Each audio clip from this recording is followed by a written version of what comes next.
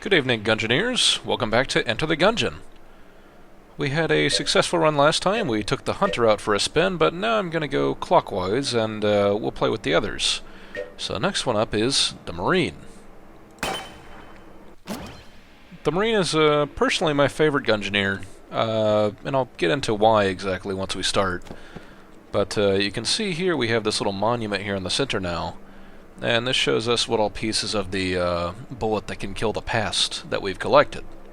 Hopefully we're going to get some more of those pieces as we go along, but you'll also remember last time we rescued Ox and Cadence, and we have these hegemony credits up here.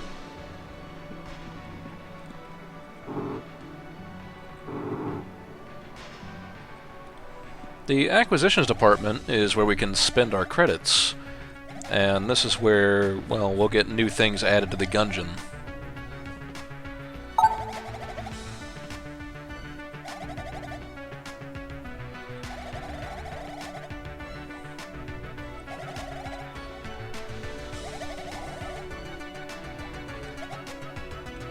Essentially, by killing bosses, we'll get access to these credits, which lets us unlock new things inside the Gungeon.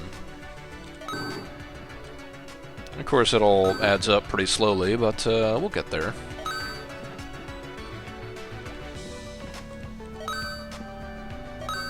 Unfortunately, we don't quite have enough to go ahead and grab the RPG and clear them out for now, but as soon as we finish another Gungeon run, they'll have restocked with new things. So, before anything else, let's go ahead and hop in.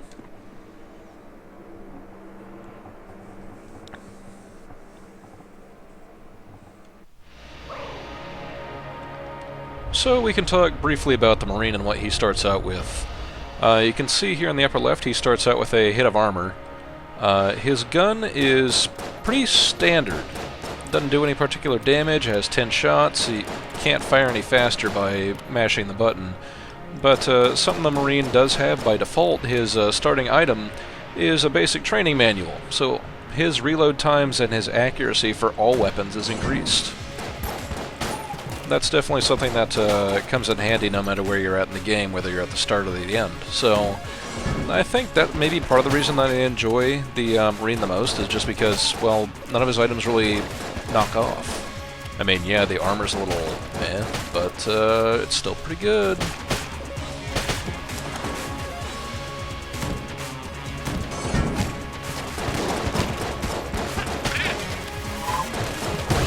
So I know I mentioned before that you should never spend a key on brown chests.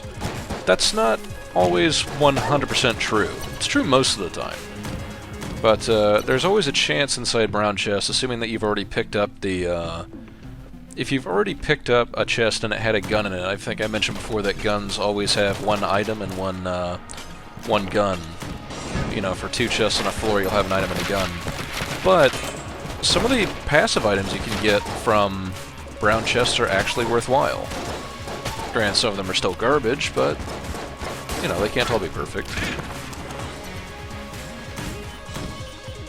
But I don't know what might be in the other chest yet, so I'm not touching that chest. We'll come back to it later.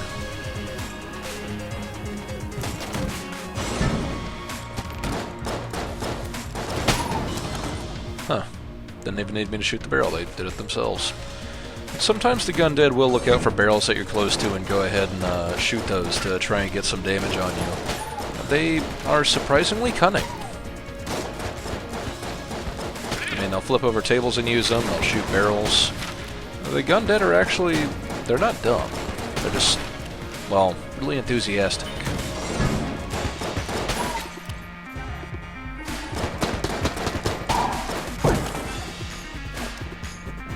Blanks are another item that you should never leave on the floor because the resourceful rat will come by and snag them if you leave them around.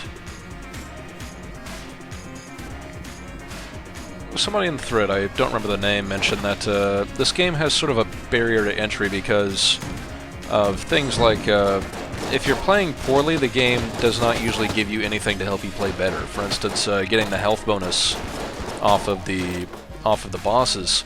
That only applies if you kill the bosses flawlessly. If you don't kill them flawlessly, then, well, you're not getting anything. which that can lead to a problem down the line if you keep taking hits.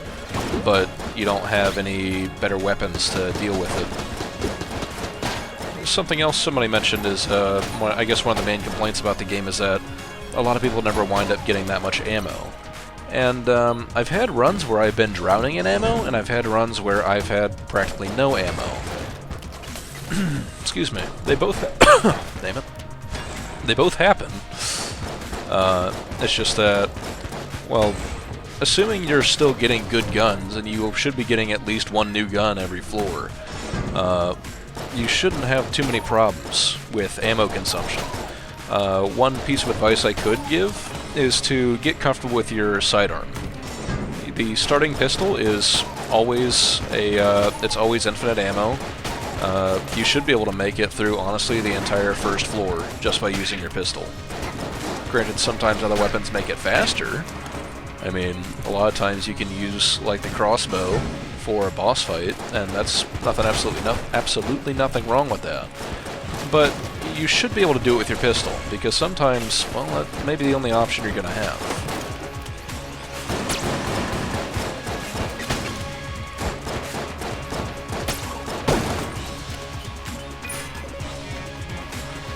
We have our second key for the floor. I'm going to go back and buy one from the shop, and let's see what we've got. A blue chest. That's always worth opening. Nice. So the M1 is a rifle. It's a bolt-action rifle. It does a decent amount of damage, though it is low on ammo. So I'm gonna go ahead and take a risk with this brown chest, and maybe I'll get something good out of it. Aha, interesting. So, double vision. It decreases your accuracy, but all of your ammo, or all of your gunshots are doubled. So, if you leave an active item on the ground, that's another thing that the resourceful rat will come by and grab. So, I'm going to go ahead and use this. So this is the other thing the Marine starts with, is an ammo drop. By using this, you can call in one free shot of ammo. I mean, like I said, I don't really need it, but it makes sense.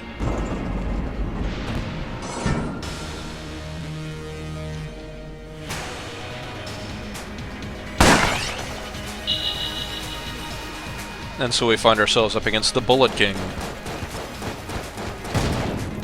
The Bullet King is definitely a lot more of a bullet hell boss than the Gatling Gull was. Mostly because he tends to spin around in circles, bullets come flying out of everywhere. It's a bit of a chore.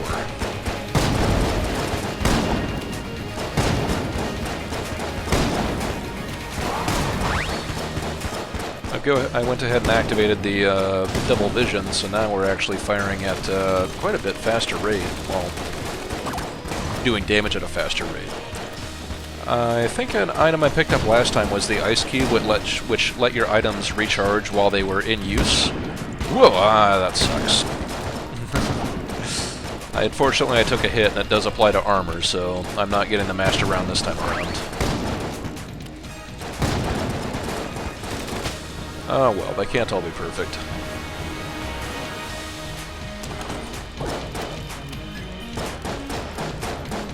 There's no point in blowing up the chair, I just like doing it. So, now it's possible for you to possibly blank too close to the Bullet King's little helper here, and that will send her into a blind rage and she'll come running at you, but after the fight's over, you can be rude. So here we have the Jolter, 95 caliber weapon. I believe this is a reference to bolters from Warhammer 40,000. I mean, Jolter, bolter, I'm pretty sure it is. It's a gun that fires an extremely large bullet. It does fairly decent damage, so the Jolter's always that's usually a nice find. So yeah, as I mentioned, I got hit during that fight, so I didn't get the Master Round, and if you tend to take a lot of damage, and a lot of times in your initial games you will, it can be pretty frustrating because then you'll find yourself without the health to continue on, especially once you start reaching lower floors where damage just keeps coming out.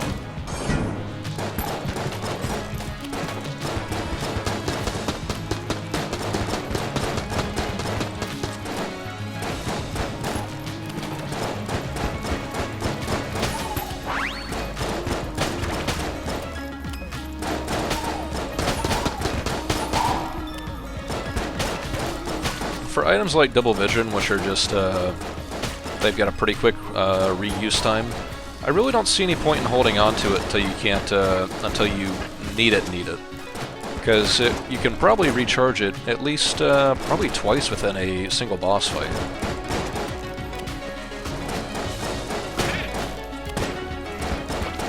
Something I haven't mentioned is the game, where you can flip over tables, you can also somewhat fire from Indefilate, I believe is what it's called. So your Gungeoneer kind of holds his gun a little strange. If you're pointing straight up, then it's always behind your character model or to the left or the right. But specifically if you're pointing it down, you can actually aim around corners and be fairly immune from return gunfire. It's extremely situational as to whether it's useful or not, but it's there.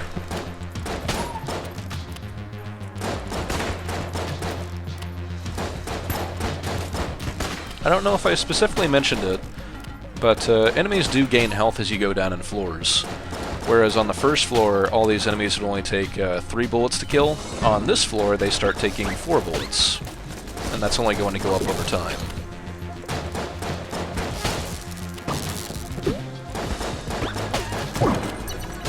Oh yeah, sometimes chests will randomly spawn as room drops. Sometimes they'll be unlocked chests like this one, and sometimes they will be locked chests. And this is interesting. So here's another good passive item, the Ring of Mimic Friendship. It's, I guess, a little bit of a spoiler. Sometimes chests will be mimics. The Ring of Mimic Friendship will state that, instead, if a chest is a mimic, the mimic will be a friend and just unlock it for you. So that's nice. I'm gonna go ahead and check and see what the other chest is before I decide to go in on that one. Because if the air chest is something better, then, well, why would I just waste a key? Granted, I'll probably find a key from the shopkeeper here, so it's probably worth going ahead and opening. Well, I would like to spend the money on the Prime Primer. I don't believe I'm going to have enough. So instead I'm going to take a key, and I'm actually going to hold on for now. I might pick up the Mega Dowser for a reason that I will explain when we get there.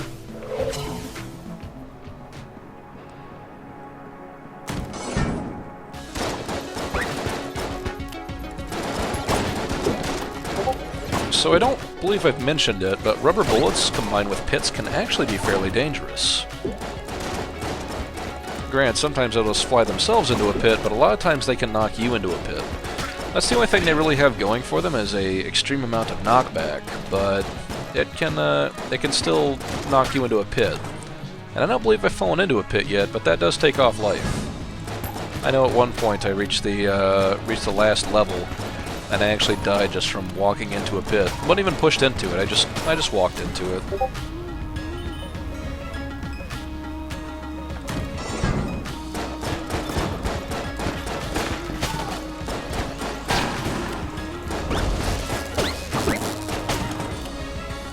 So here's something worth noting. Anytime you see this kind of purple lantern above a door, that indicates that it is some sort of shrine room. In this case, it's a muncher, which doesn't really count as a shrine. And I'm pretty happy with my weapons at the moment, so I'm not going to make use of it. But shrines can be useful, they can be really irritating. It's sort of a toss-up. Not really irritating, but definitely not useful is how I'd call it.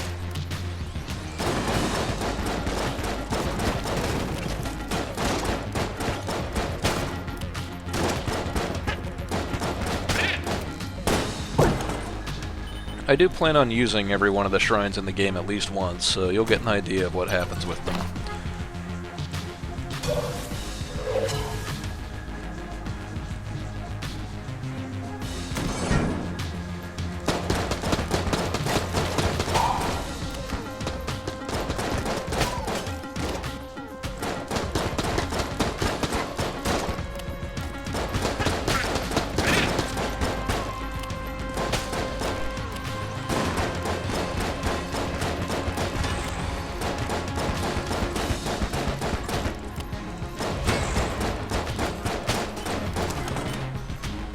Sometimes secret rooms may appear in these very obvious areas, something like this, and sometimes they don't. I mean, they've got a door on one side. If it looks like there might be a door on the other side, maybe there's something there. In this case, there wasn't, and that's okay. I'm not actually that good at finding secret rooms. That's one of the things that I'm not very good at in this game. So they're both blue chests. Okay, not bad. I don't see any secret rooms, so... Aha! It's a ballot. A vote of confidence. Now, it may seem like a strange thing, but getting the ballot increases your coolness by actually a fairly large amount, because voting is cool.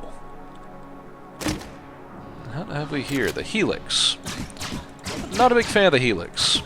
The Helix fires out a Helix pair of bullets. I'm really not a fan. It can be very situationally useful, and I don't believe it is in this case.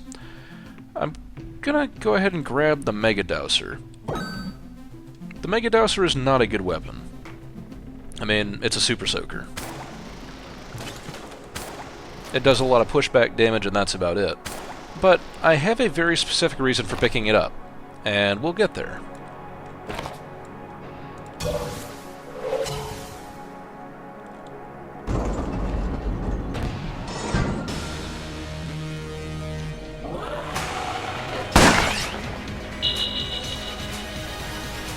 So now we're fighting the Beholster, a tentacle monster who has a lot of guns.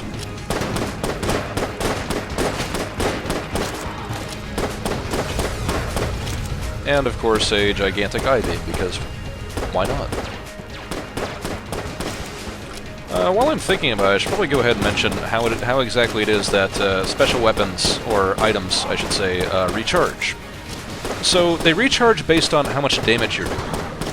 The more damage you do in a particular shot, the faster your item will recharge.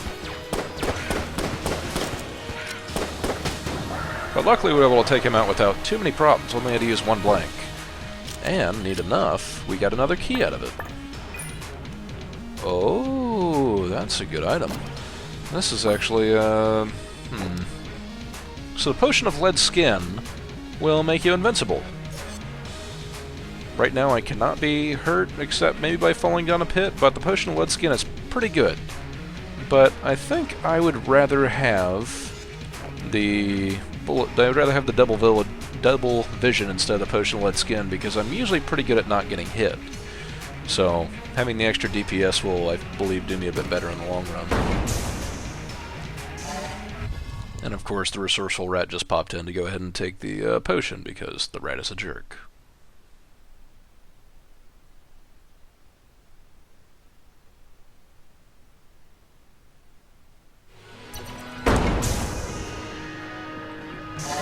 Let's see here. I'm gonna start using the Helix to try and clear out rooms, because, I mean, I don't like the bullet pattern, I don't like the way it goes, but it does do decent damage, especially if you can get both bullets to connect, which obviously isn't happening here. But, you know, I gotta make use of it somehow. It's not great, but it's what I got.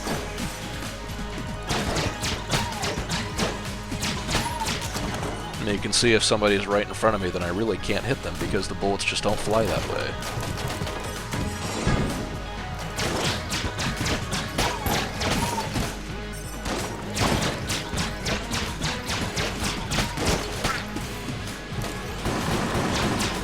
Yep.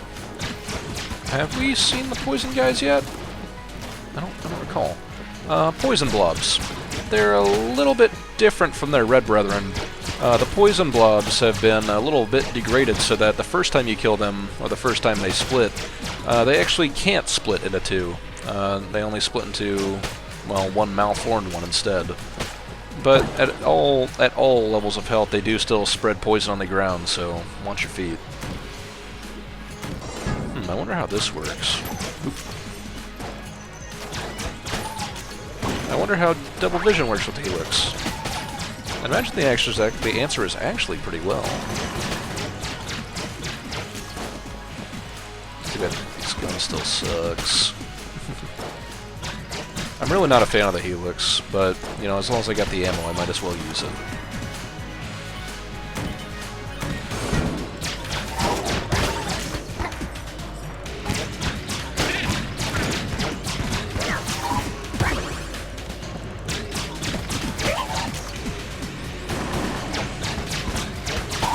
I mean, I did spend a key for it, after all.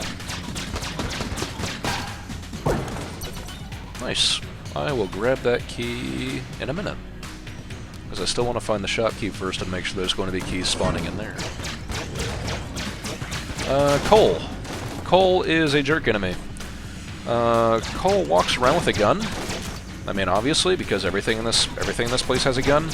But the first time you do damage to it, it will start running around on fire, and while it's on fire, it will also spit out flaming bullets at you.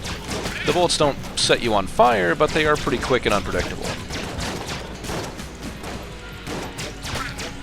And Cole actually has a lot of health, so it can be a bit of a problem trying to deal with it.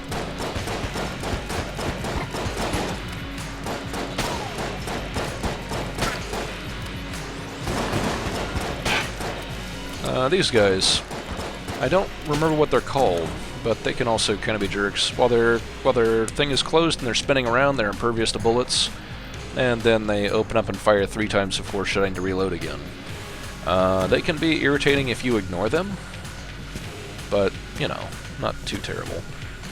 There's a couple of these kinds of rooms throughout the game where they will, they'll put you in these rooms with these turrets on the walls, and basically it's just kind of dodge the bullets. Some of them are much worse than others. This one's actually not too terrible.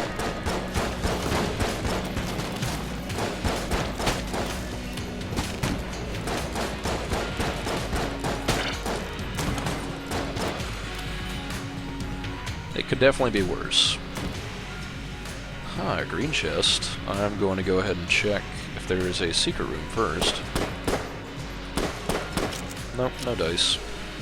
But I know I've got another key waiting for me, so I'm going to go ahead and open this. And I have the single action army. It's a revolver, so it actually shoots bullets as fast as you can pull the trigger, but it has a special feature where the bullets will bounce off of walls and they'll actually bounce towards enemies. So this is a... I don't think we've really done minecarts yet, but something about minecarts, you can travel around them, but you can also roll out of one minecart and straight into another one. In this case, you wouldn't think these minecarts are going anywhere because they seem to be, you know, on their own track, but we need to take these minecarts in order to find another piece of the bullet.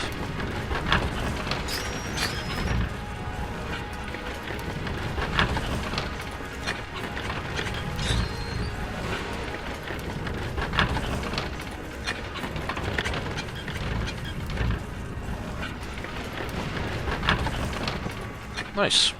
Obviously it's surrounded by a lot of explosives, but this is the arcane gunpowder. Unfortunately it takes up our active use item slot, so goodbye Double Vision, I'll miss you. But if we can make it all the way down to the forge with this in our 30 mitts, and pass it on to the gun mistress down there, we should... ooh, that was almost... yeah. We should be able to get one step closer to having a bullet that can kill the past.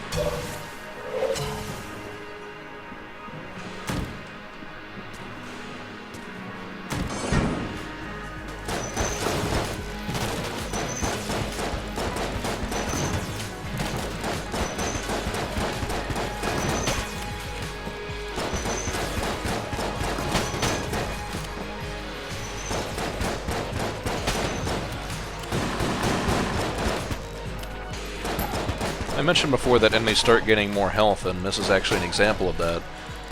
These basic enemies are now taking 5 shots to kill.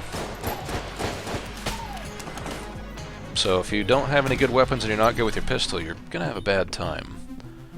What have we got? The ammo belt, the siren, and the decoy. Decoy is an active use item, so I can't use that. I am going to take the key. The ammo belt would be nice to have, but I don't think we're going to get enough money for it. The ammo belt will increase the amount of ammo you can carry. It won't automatically fill you up to that amount, but let's say I find an ammo box for the Jolter. I believe it increases it by 10%. So instead of carrying 200 bullets, I can carry 220. Any further guns you get will be added up to their full ammo amount. It's just guns that you currently have will not. There's a few different ways to increase your ammo count, and some of them are better than others. And sometimes, well, that doesn't matter. Some guns have a very hard ammo limit. I can think of one gun in the game that specifically has one ammo, but honestly, there's a way around that too, and it's pretty neat. So green, oh, I had it wrong. Green lanterns lead you to particular shrines. And actually this one may look familiar to anybody who's played Nuclear Throne. This is, what's his name? Young Venus. And Young Venus's shrine gives you a very special sort of increase to your abilities. You offer a tribute of 10 coins, and you gain the ability of Pop Pop, which is also the name of his special ability in Nuclear Throne. What Pop Pop does is once in a while when you fire bullets, you'll fire instead a gigantic stream of bullets. It's not very common right now, but what I'm planning on doing is getting 3 more casings, then I'm going to go back and make another tribute. Every time you get a tribute, the next one increases by 10 casings. But it's worth having, because especially if you have it proc at the right time, or especially on a high damage weapon, it can definitely hurt somebody. And I feel like that's going to make up for my loss of double vision. So we have our 3 casings.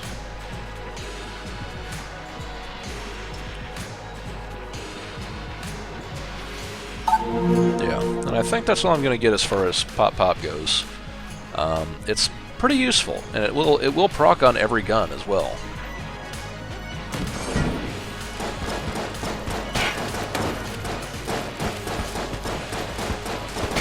I believe the more instances of pop you have, I think it increases the frequency of the frequency of it happening, but not so much the number of bullets that come out at once. It may be both, because now I'm seeing these gigantic streams of bullets, but they're more common for one, but it's also a huge string, so...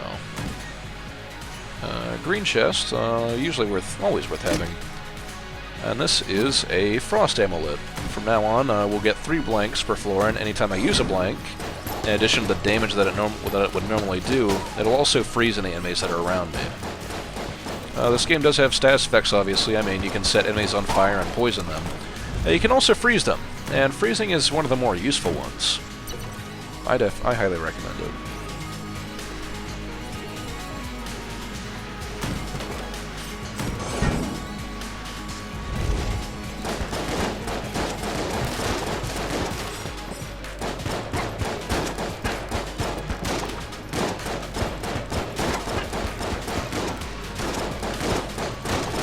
Getting kind of...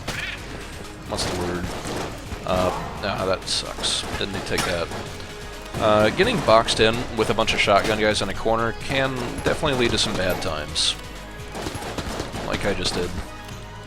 I probably should have been able to make it out of that without getting hit, but didn't quite make it. Maybe if I'd used more tables for cover it would have made a difference, but oh well.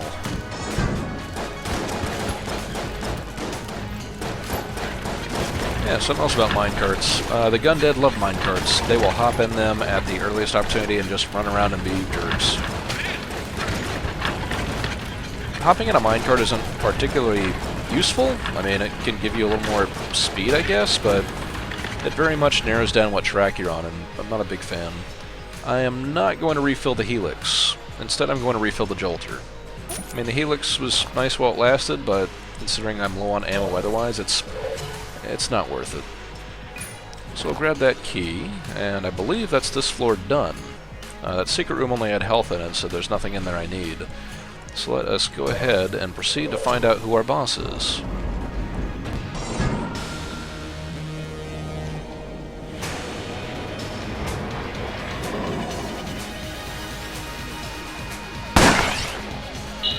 Cannon Balrog is a jerk. Not a big fan of Cannon Balrog. He has the ability to disappear, kind of like the, that's kind of like the priest, the high priest can, but his, yeah, see, he's just going to disappear here, and then he'll pop up at random and fire out cannonballs at you, and those cannonballs bounce off the walls. The problem is sometimes he'll pop in right next to you there, and that's just extremely rude, because it may not give you enough time to react.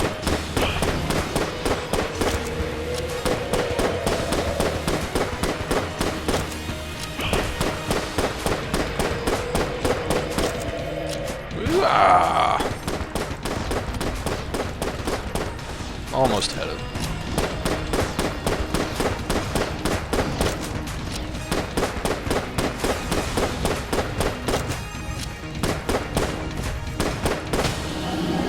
But Cannonball Rug went down without too many problems. I did take a hit that I didn't want to take, but, well, that's life. We do get our ammo back, our armor back, and here's an interesting item. The heart synthesizer.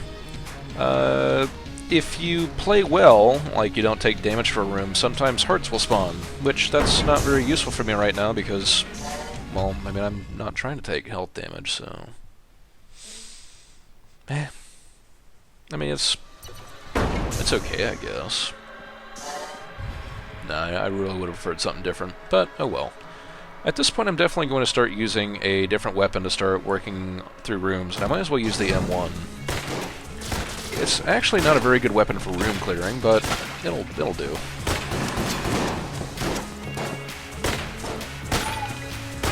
Its rate of fire leaves a little bit to be desired, but it does do some piercing.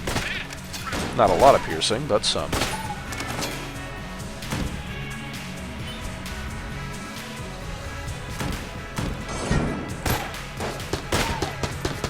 I got caught up on a wall there.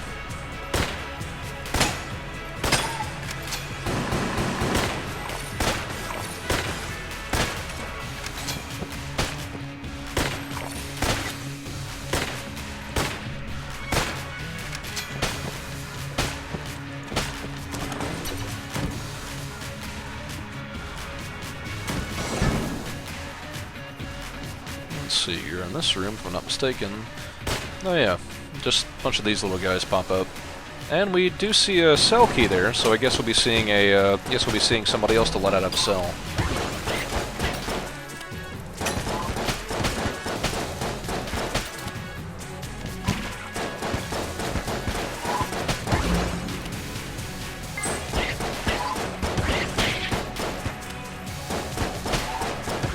Now, I do like having stuff like the M1 for enemies like wizards, because they tend to teleport around a lot, and having the instant, well, these bullets really don't have any travel time, so having the instant shot is kind of handy.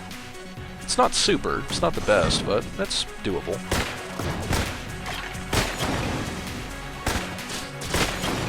So I'm going to try something here.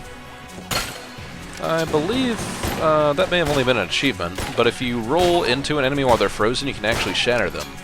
I don't remember if that, I don't recall if that unlocks an item for you or not, but it was fun. These ice blocks, they serve two functions.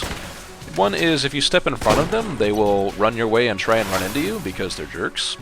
The other one is when they take enough damage, they will explode. You know, and freeze anything around them. I've actually got a lot of blanks, so I can probably... Jeez. I've actually got a lot of blanks at the moment, so I can probably safely try to open that room. Might have a key out of it. Or might need a key for it, I should say. Yeah, why not? And I don't even need it. Brown chest. This one is bullet time. No, that was close. Bullet time is an active item. It slows down time. It's okay, I guess. It's not great. But that's why I was saying sometimes brown chests, sometimes I will admit they do have good items in them. Just, they also have a lot of garbage items in them.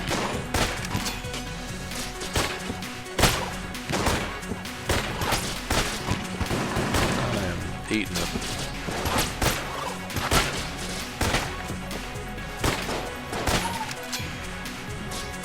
Oof. Here's our shopkeeper, probably has a key or two for us. Or one.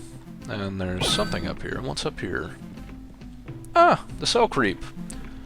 So, yeah. If you drop an item for the cell creep, he'll give you some shells for him.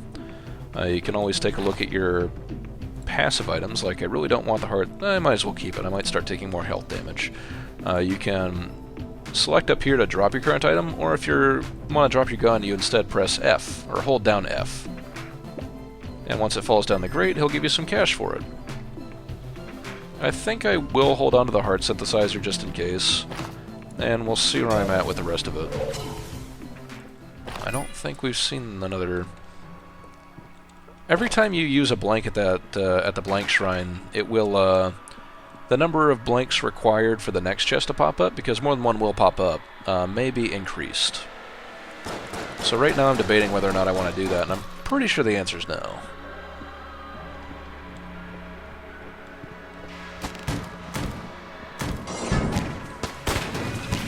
I don't think we've had an opportunity to talk about the red guys. Red sorcerers will take any bullets that you fire at them, and they will send them back at you. They are huge jerks. And I hate them. In fact, I do my best to kill them whenever possible, because those guys are the worst. I'm gonna go ahead and refill the Jolter, and we'll use that for the boss. And I'll... once I run out of the M1, well, we'll see. Oh yeah, these guys. I mentioned before that they summon these bigger enemies. This is the Skeleton. I don't remember if we really encountered him last time. So the Skeleton is sort of a two-phase enemy. In its first phase, it is a giant skeleton that's firing out bullets at you. In its second phase, once it takes enough damage, it will turn into just a skeleton on the ground, or a skull on the ground. And at that point, you have to continue firing at the skull to fully kill it. Now, that's one way to do it. The other way is if you kill the guy who summoned it, then it'll actually go to skull form immediately, and allow you to kill it pretty soon, or rather quickly.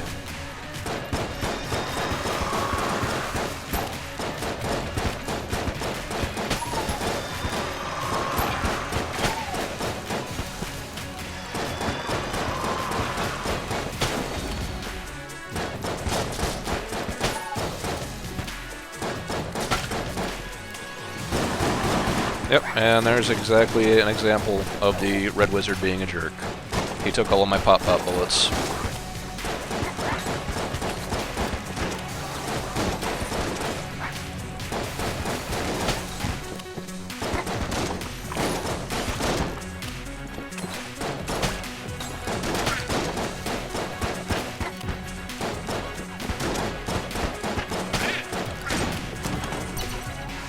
Yeah, I really don't like Red Wizards. Any guns that fire sort of immediate bullets, sort of like the M1 or any laser-type weapons, are usually a good way of dealing with them, just because, well, they can't really absorb that sort of thing. But any other bullets you fire at them, like if you fire missiles or rockets, anything explosive, yeah, they can take hold of that and keep it from you. It's not like it does any more damage when it hits you, but it is a much bigger bullet profile. I really don't like Red Wizards. They are the worst. You jerk!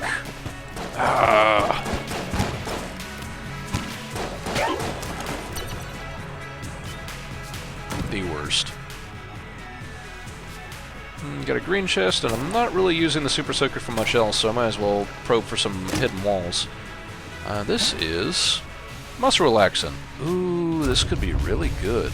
So Muscle Relaxant is basically pentazamine from Metal Gear Solid. It will increase your accuracy, but it also has another type of synergy that is not really listed anywhere. So the other thing it does is any rifle-based weapons you have will have their accuracy greatly increased, but they will also do much greater damage. So I'm definitely going to make use of that. I think I'm going to definitely go and buy some ammo for the M1 now and make use of that. And this is the Vertebrae K-47. It's a pretty useful weapon. What I just pick up. Half-heart, I think. So the Vertebrae K-47 fires out these bullets that actually have chains between them, and they also slightly home in on enemies. It's pretty good. This game has a... Okay, I got another half-heart and some armor. Those things are happening so fast. Okay, and I think the last, there should be one more special room that I'm looking for. And here it is. So I recall I pointed out this room before, and I wasn't really able to do anything with it, because, well, I mean, it's a gigantic, what's the word? Pit. Well, what if I told you there was a hidden pathway, and the Super Soaker can reveal it?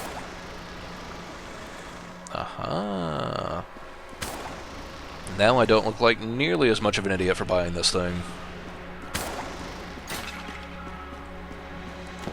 So yes, here's another piece of the bullet that can kill the past. And of course it doesn't last forever, but it served its purpose. You did good, Super Soaker. You did good. Any weapon that leaves a trail when you fire it can be used for that, but, well, Super Soaker's just the one I happen to run across first. Let's find out... actually, before that, let's go ahead and refill our ammo for the M1, because I really think it's going to come in handy. But let's see what jerk boss we're facing now.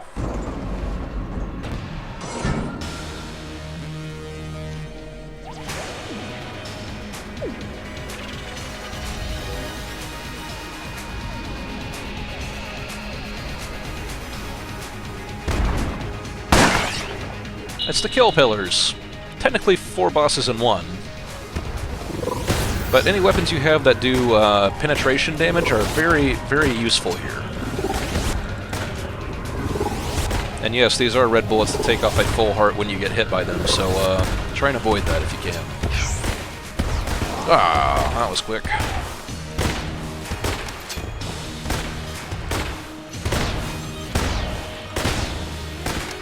So this is both a combination of piercing bullets and the muscle relaxant damage coming in really handy here. Once you kill 3 of the pillars, the last one will, well, power up, heal back up to half health, and get really angry at you. I feel like I did pretty decent on that one. Could have done better. Could have done worse. Could have done much worse.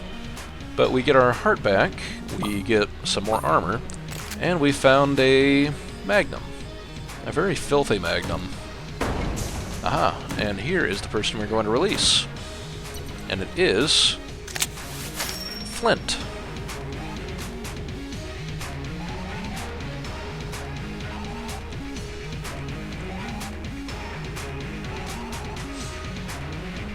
Flint is a interesting shopkeeper. Instead of taking casings to sell you goods, he instead takes keys. That can work out in some ways. For instance, one of the items you can get is something. It's a gun that fires out keys, but it only costs you 3 keys. So by spending 3 keys, you essentially never need a key again. Some of his items are pretty good. Some of them not so much. Yep. So whereas the M1 before was not exactly a perfect room-clearing weapon, now it's really good for that, because I believe the synergy that you get with the muscle relaxant is actually 3 times damage. So now pretty much any normal enemy we run across is going to die in one shot of this thing.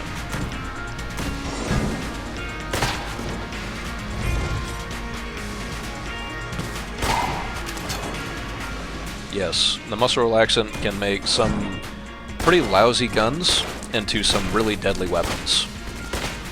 There's one in particular I'm thinking of. It's basically a stormtrooper rifle, and it is not only extremely inaccurate, but it really doesn't do that much damage. But when you add in the muscle relaxant, it becomes quite a force to contend with. Green chest, I will come back for that later. I'll see what else is on the floor first.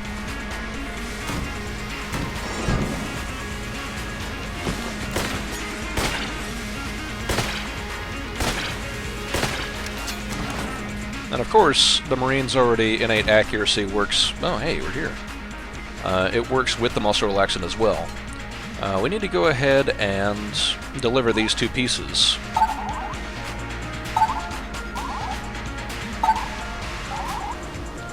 The only thing we're missing is the prime primer at this point, but we'll get there. Here's something special.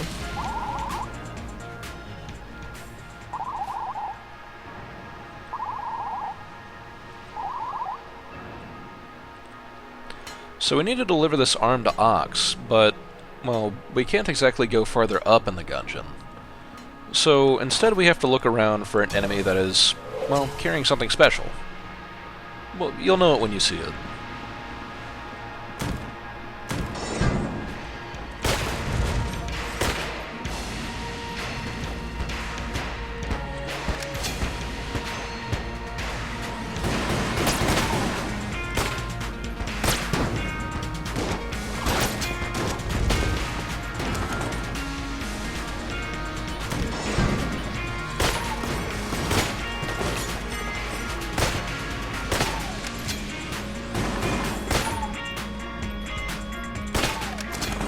Yeah, I really love having the muzzle relaxant on a rifle weapon. It does work on any rifle, especially if it has rifle in the name. It becomes a murder machine. It turns, like I said, it can turn some pretty lousy weapons into really amazing weapons. Some of which have really good ammo pools.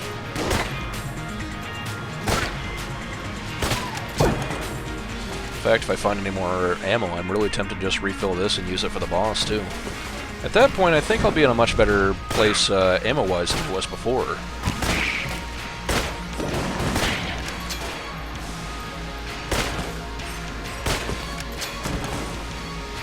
We'll see.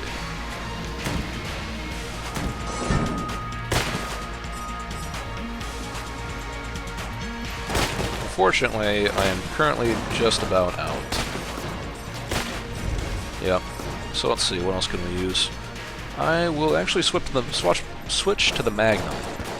It's not great, but it's pretty decent as far as room clearing goes. Especially if you get those nice pop-pop procs.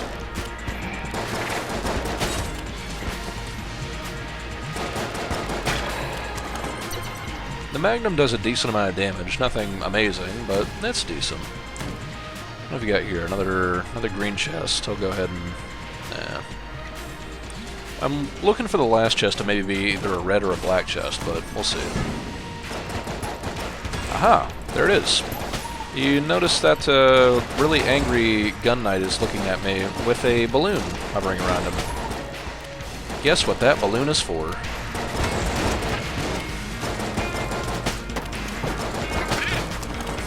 We can grab the balloon, and we'll send that arm floating up to the next floor. Now, granted, we can't really do anything about that, but next time we go to the hollow, we will find that arm floating around again, we'll pick it up, and we'll have to find another balloon to send up to the next floor.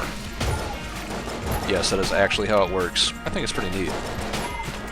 Now, I want to say the arm will only appear... oh, goodness. Sorry about that. I had a phone call. These things happen. Another green chest. Well, we've got all green chests, so I'm going to go ahead and open one, and ooh, this is handy. The hexagun. It is a rifle, so it also benefits from having better weapon damage. This is a really good find.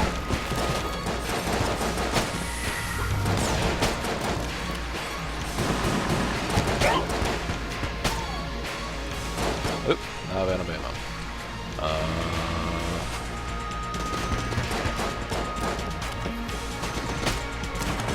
So yeah, I think... what do I want to do now? I could buy a key and see what's in the rest of those chests.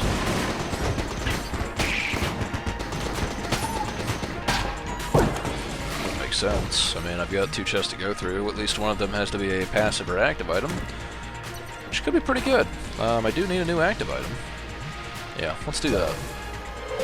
Because I think on the ammo side, I don't really need it. I could have taken this as explosive round. No, I wouldn't have enough money for that. Probably would not have gotten enough for the Thompson. I'm happy with this. I could go fight the boss, but I want to see what's in the rest of the place first. No point in leaving any nook or cranny unopened. So one of the problems I have with the Gun Reaper is that any sort of ammo that is homing or anything like that, it will focus on the Gun Reaper even though there's nothing you can do about it. You don't take any damage from it, piercing guns just go right through them, it's just... no wait, what is this? That was... oh, for some reason the arm is appearing there. Don't know why that is.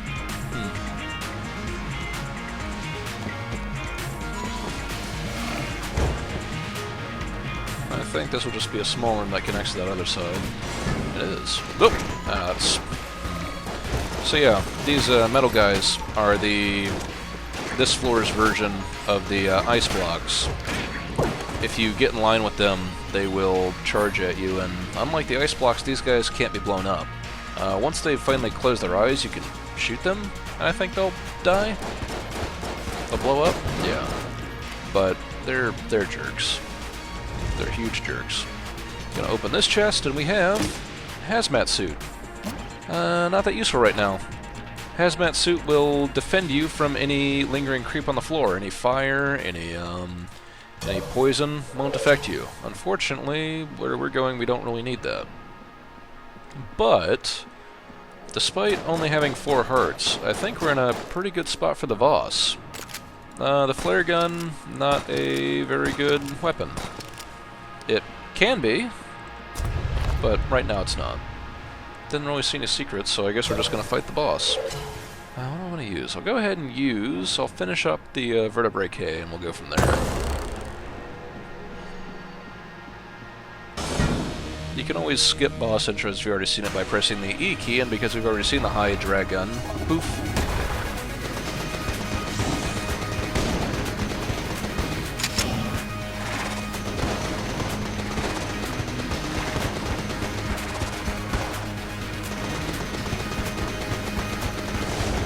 Okay then, I'll go ahead and bust out the Jolter.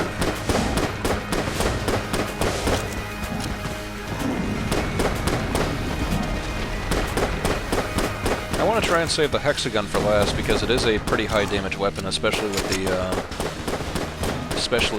the muscle relaxant. So if I use that on the heart should go down pretty fast.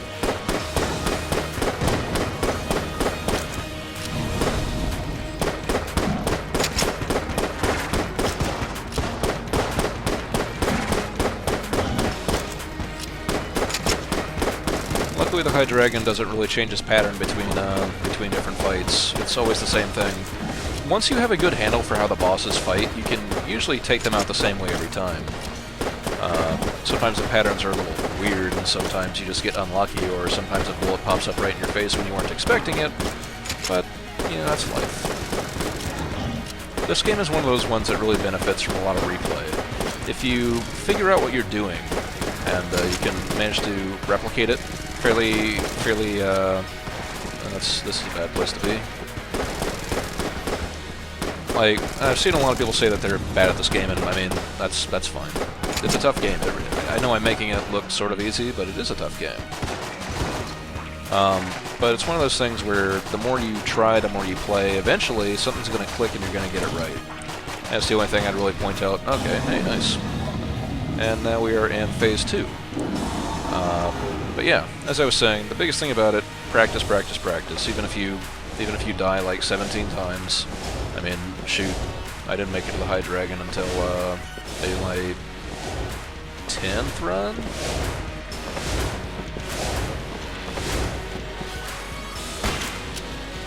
Now that is doing a good amount of damage. Almost had him one cycle, but we should be able to finish this off next time. The Hexagon is a pretty interesting rifle. If I wasn't using it for boss killing, then I would definitely show it off, but essentially when you shoot somebody with it, it has a chance to turn them into a chicken. But we just don't quite need it.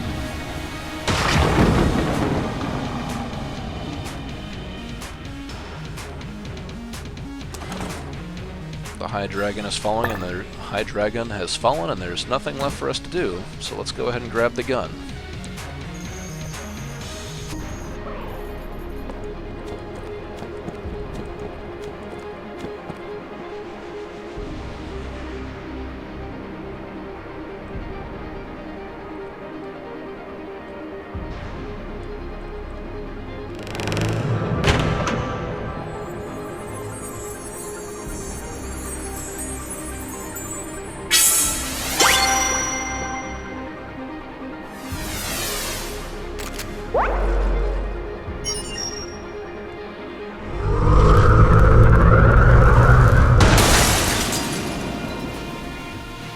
And so that'll do it for another successful run of Into the Gungeon.